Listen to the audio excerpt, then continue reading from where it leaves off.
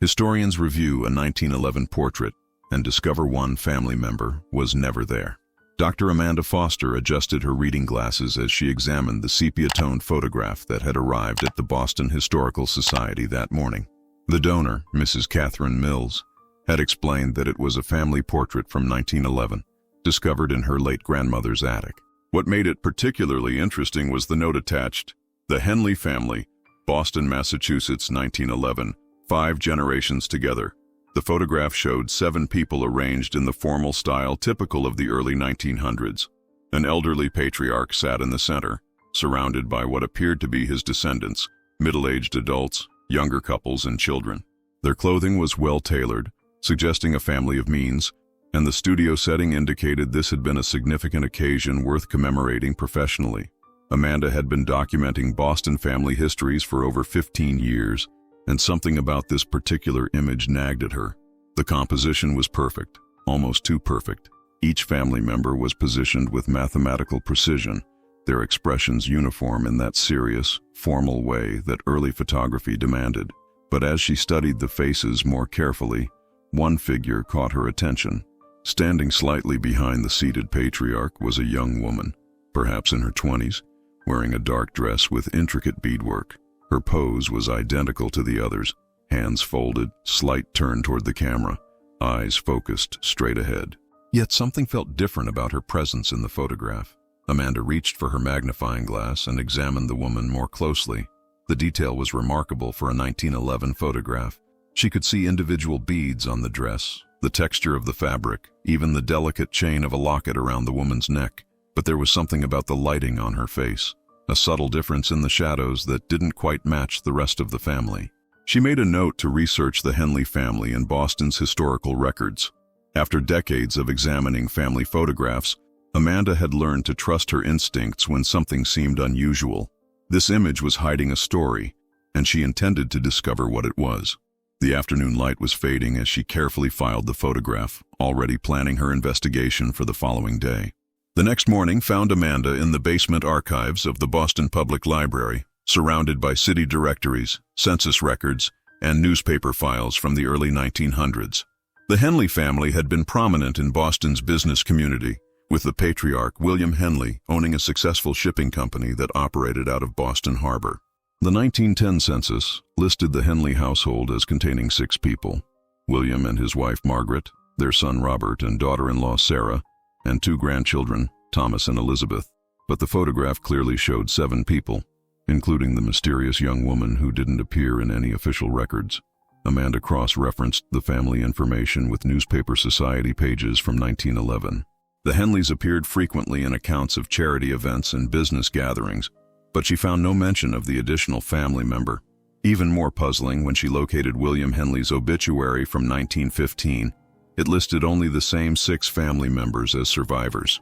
Her research took an interesting turn when she discovered a collection of letters in the Massachusetts Historical Society's archives.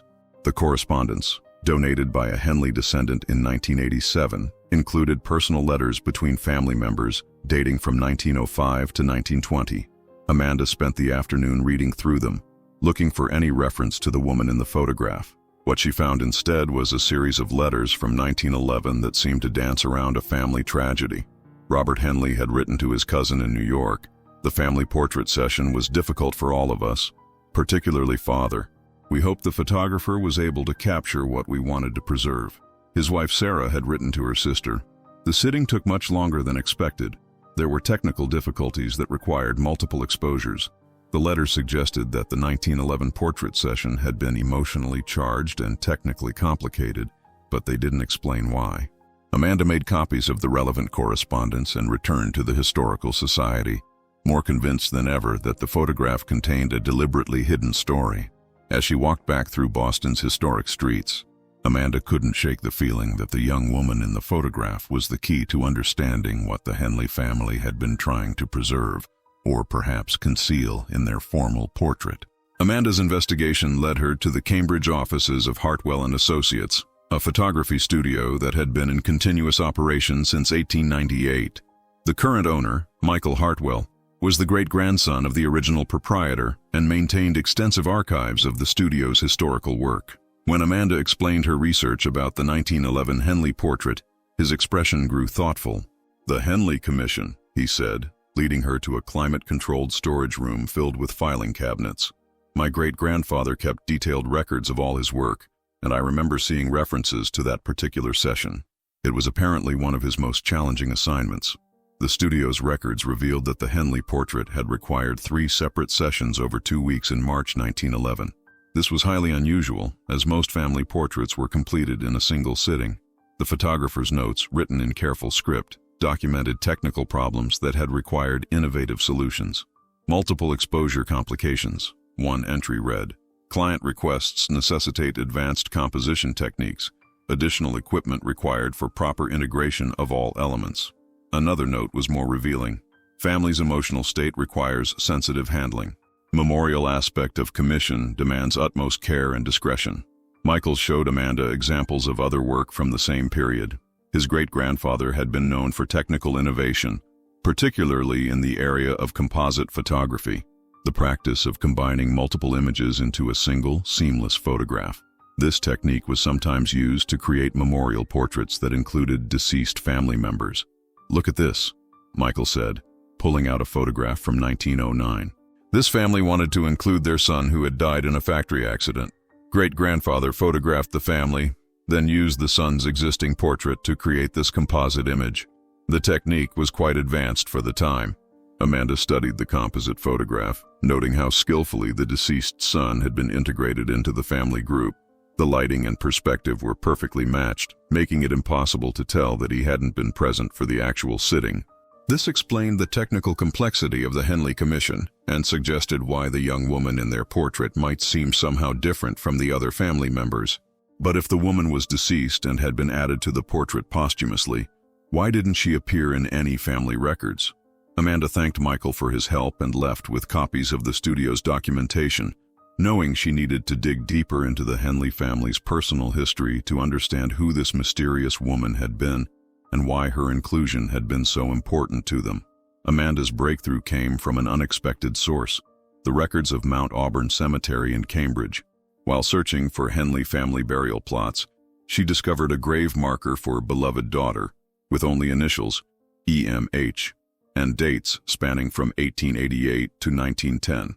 The location was in the same family section as William and Margaret Henley's eventual burial sites. The cemetery's burial records provided the full name: Eleanor Margaret Henley, age 22, who had died in December 1910, just 3 months before the family portrait was taken. But Eleanor didn't appear in any census records or city directories as a Henley family member.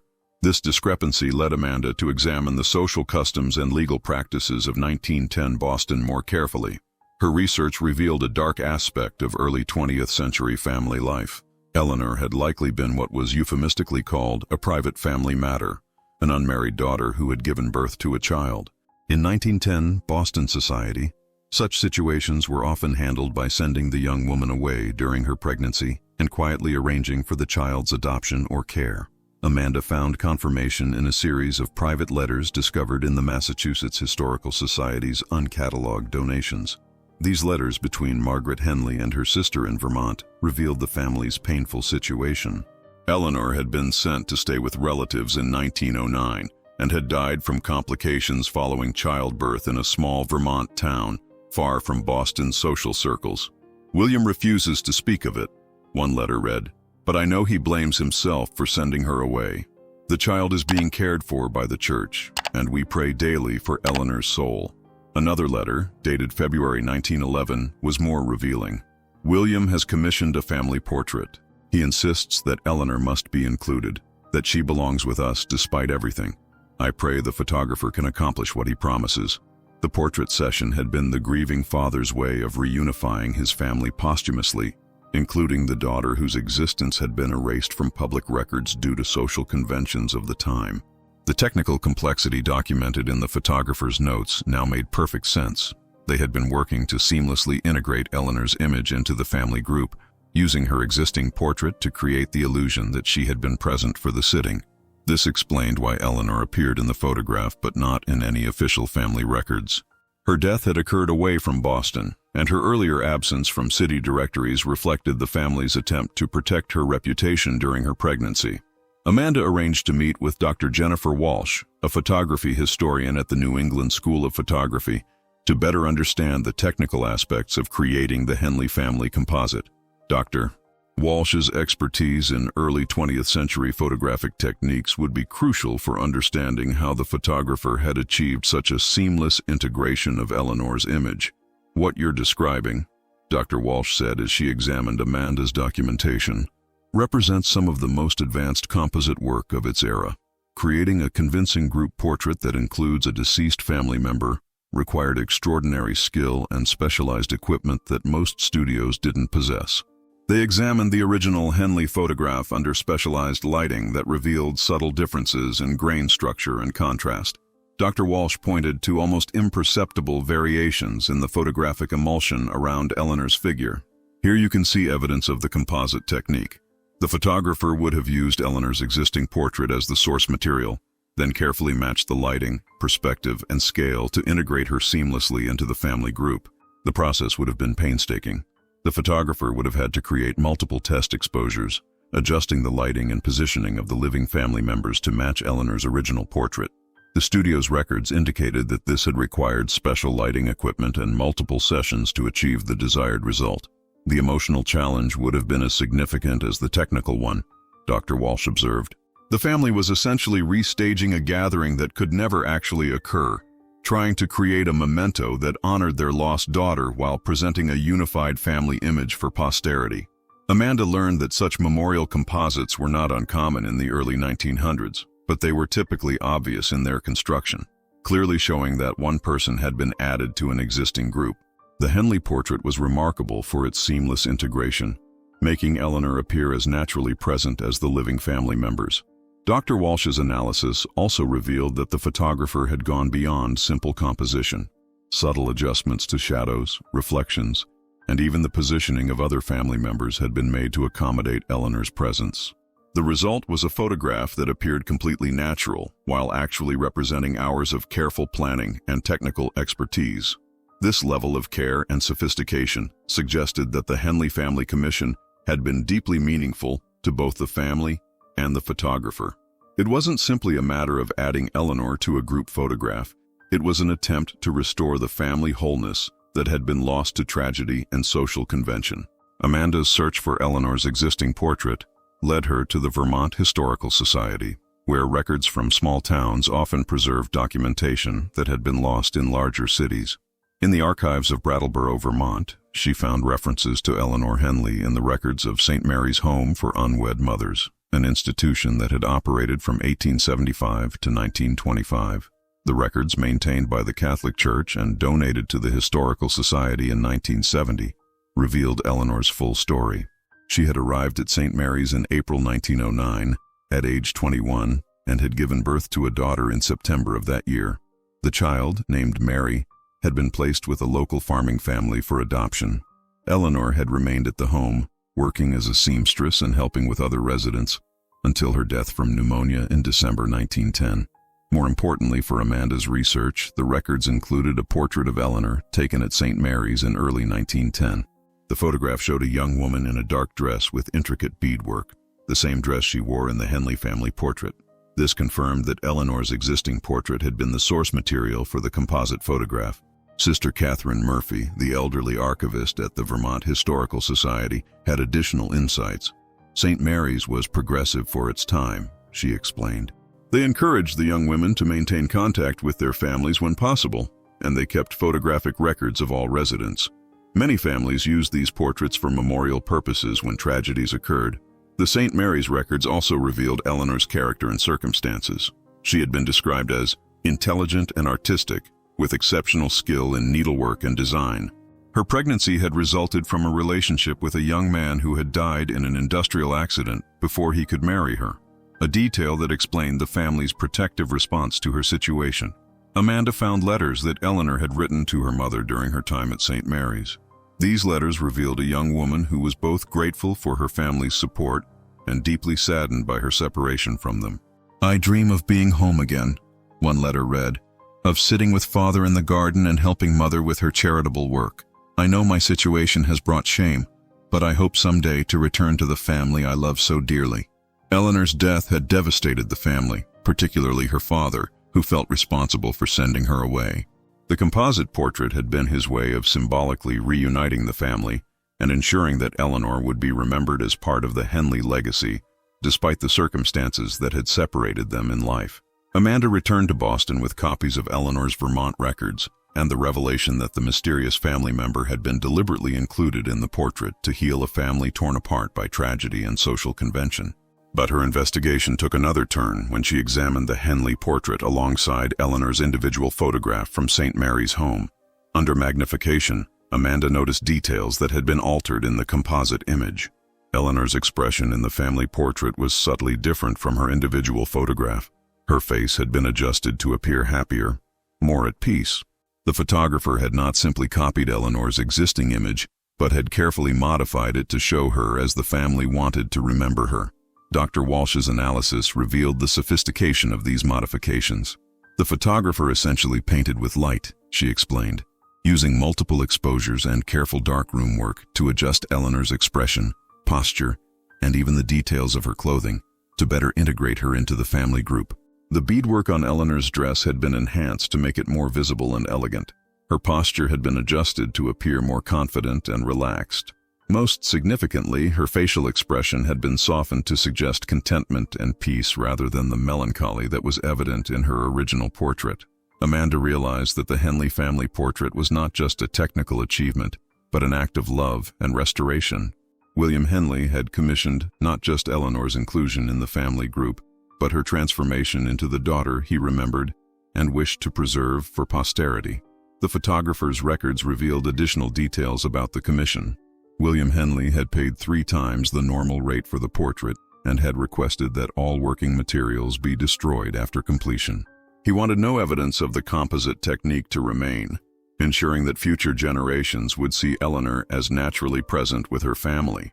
This explained why the portrait had been so seamlessly executed and why no obvious signs of composite work were visible. The photographer had been hired not just to create a memorial, but to rewrite history, presenting the Henley family as complete and unified despite the tragedy that had torn them apart. The commission represented a father's attempt to protect his daughter's memory and restore her place in the family legacy. By including Eleanor in the formal portrait, William Henley had ensured that she would be remembered not as a source of family shame, but as a beloved daughter who belonged among them for all time. Amanda's research revealed that the Henley family's careful preservation of Eleanor's memory had extended beyond the composite portrait. In the family papers housed at the Massachusetts Historical Society, she found evidence that Eleanor had been quietly acknowledged within the family circle, even as her existence was hidden from public records. Margaret Henley's personal correspondence showed that she had maintained contact with Eleanor's daughter Mary through intermediaries. Small gifts and letters had been sent to Vermont, and Margaret had quietly established a trust fund to ensure Mary's education and welfare. The family had accepted responsibility for Eleanor's child while protecting all parties from social scandal. The trust fund records, maintained by a Boston law firm that had served the Henley family for generations, showed payments continuing until 1925. When Mary would have reached adulthood. The final entry noted that Mary had married a Vermont farmer and requested that contact be discontinued, wanting to focus on her own family without reminders of her complex origins. Amanda also discovered that William Henley had commissioned additional portraits of Eleanor during the years following her death. The same photographer had created several smaller images, using Eleanor's original portrait as source material, which were displayed privately in the family home. These were never shown to visitors, but were treasured by the family as reminders of their lost daughter. The family's friends and business associates had apparently accepted the 7-member composition in the formal portrait without question. Society pages from 1911 reference the handsome Henley family portrait without noting anything unusual about its composition. This suggested that either the composite work was extraordinarily convincing or that the family's social circle was aware of Eleanor's situation and chose to respect the family's desired narrative. Robert Henley's letters to relatives revealed that the portrait had brought comfort to his father during his final years. "Father often sits in his study looking at our family photograph," one letter read. "He seems to find peace in seeing Eleanor among us again. Mother says he speaks to the portrait sometimes, telling Eleanor about family news and asking for her blessing on family decisions. The portrait had served its intended purpose, allowing the family to maintain Eleanor's presence in their daily lives while protecting her reputation and their own social standing. It represented a remarkable example of how families navigated the complex social expectations of early 20th century America while preserving their love for members who had been lost to tragedy and circumstance. After 3 months of investigation, Amanda prepared to present her findings to the Boston Historical Society's Board of Directors. The Henley family portrait had revealed a story that illuminated both the technical capabilities of early photography and the emotional complexity of American family life in 1910. The presentation drew historians, photographers, and members of the Henley family's surviving descendants. Mrs. Catherine Mills, who had donated the original photograph, attended along with several cousins who had inherited other family materials. Amanda's research had answered questions that had puzzled the family for generations. "We always wondered why the portrait showed 7 people when family stories only mentioned 6, said Robert Mills, Catherine's nephew. "Grandmother used to point to the young woman in the back and say she was family, but she never explained who she was or what had happened to her." Amanda's presentation revealed not just Eleanor's identity, but the extraordinary lengths to which the family had gone to preserve her memory. The composite portrait represented a sophisticated technical achievement that had allowed a grieving father to reunify his family symbolically while navigating the social constraints of his era. Dr. Walsh's technical analysis demonstrated how advanced the photographer's work had been. The seamless integration of Eleanor's image required equipment and expertise that represented the cutting edge of 1910 photography. The portrait stood as a testament to both artistic skill and emotional dedication. The audience was particularly moved by the revelation of Eleanor's story and the family's quiet efforts to care for her daughter. The trust fund records and ongoing correspondence showed a family that had accepted responsibility for the consequences of tragedy while working within social expectations to protect all parties involved. Mrs. Mills approached Amanda after the presentation with tears in her eyes. "I'm so grateful you uncovered Eleanor's story," she said. "All these years we knew someone was missing from family stories, but we didn't know who or why. Now we can finally understand and honor her memory properly." The Boston Historical Society decided to acquire the portrait and Eleanor's story for their permanent collection, recognizing both its technical significance and its human importance. The photograph would serve as an example of how families preserved love and connection despite social conventions that sought to separate them. Amanda realized that her investigation had done more than solve a historical puzzle. It had restored a family member to her rightful place in the Henley legacy and revealed the extraordinary lengths to which love and grief could drive human creativity and determination. 6 months after her initial discovery, Amanda stood in the Boston Historical Society's main gallery, where the Henley family portrait now occupied a place of honor. The accompanying display told Eleanor's complete story, including excerpts from family letters, documentation of the composite technique, and photographs from St. Mary's home that provided context for her situation. The exhibition had drawn significant attention from both historical researchers and the general public. The portrait served as a powerful example of how photography could be used to preserve memory and restore family connections that had been disrupted by social convention and tragedy. Eleanor's great-granddaughter, Sarah Chen, had traveled from California after learning about the exhibition. She had never known about Eleanor's existence but had inherited a small locket that matched the one visible in the portrait. The discovery had connected her to a family history that had been lost for over a century. "It's remarkable to finally understand where this locket came from," Sarah said, examining the portrait carefully. "My grandmother always said it had belonged to someone special, but she never explained who. Now I know it was Eleanor's, and it connects me to this incredible story of love and loss."